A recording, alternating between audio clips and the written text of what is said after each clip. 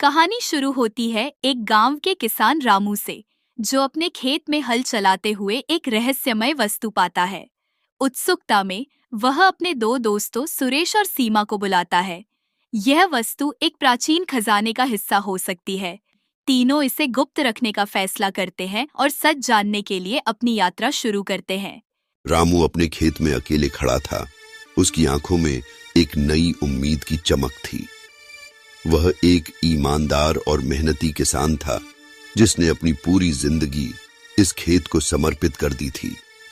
आज सुबह खेत में हल चलाते समय उसके हल को कुछ कठोर चीज से ठोकर लगी। यह क्या हो सकता है? उसने खुद से पूछा और जमीन खोदनी शुरू की। रामू ने अपनी पुरानी टोपी को सिर से हटाया और माथे से पसीना पोंछा। यह तो कुछ खास लगता है, उसने खुद से बुदबुदाया। वह जल्द ही गांव के 2 और लोगों को बुलाने का फैसला करता है ताकि वह इस रहस्य को सुलझा सके। सुरेश गांव का एक चतुर व्यक्ति था, जो अक्सर अपनी बुद्धिमानी के लिए जाना जाता था।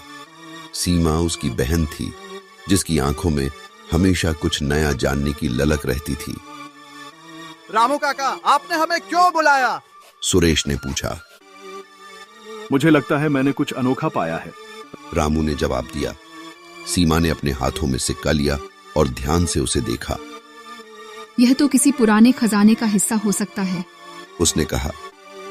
लेकिन हमें इस बारे में सोच समझकर ही कुछ करना होगा, सुरेश ने चेतावनी दी। उनकी बातचीत गंभीर होती जा रही थी। हमें यह बात गांव में नहीं फैलानी चाहिए, रामू ने कहा।